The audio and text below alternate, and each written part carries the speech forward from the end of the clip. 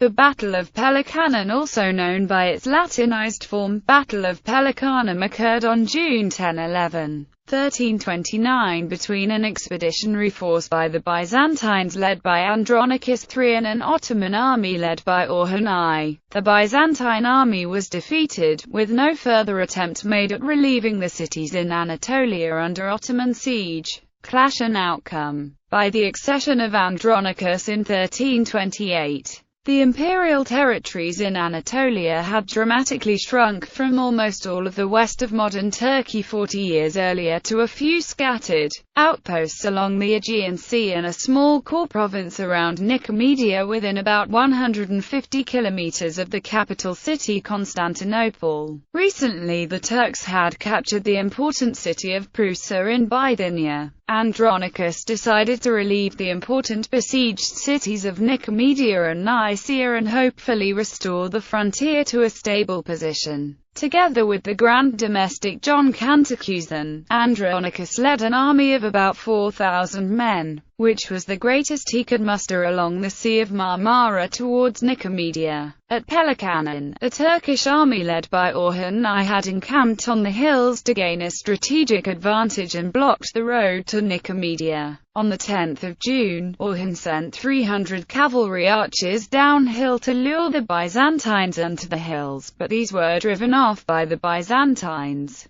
who were unwilling to advance further. Then belligerent armies engaged in a couple of indecisive clashes until nightfall and the Byzantine army prepared to retreat. But the Turks gave them no chance. Both Andronicus and Cantacuzene were lightly wounded, while rumors spread that the emperor had either been killed or mortally wounded, resulting in panic. Eventually the retreat turned into a rout with heavy casualties on the Byzantine side. Cantacuzene led the remaining Byzantine soldiers back to Constantinople by sea. Consequences. The Battle of Pelekanon was the first engagement in which a Byzantine emperor encountered an Ottoman bey. The battle's moral effect was more important than the battle itself. The heavy-armed and disciplined Greeks had fled before the light-armed and irregular Turks. The spirit of the Greek emperor and of the Greek nation was broken. A campaign of restoration was aborted.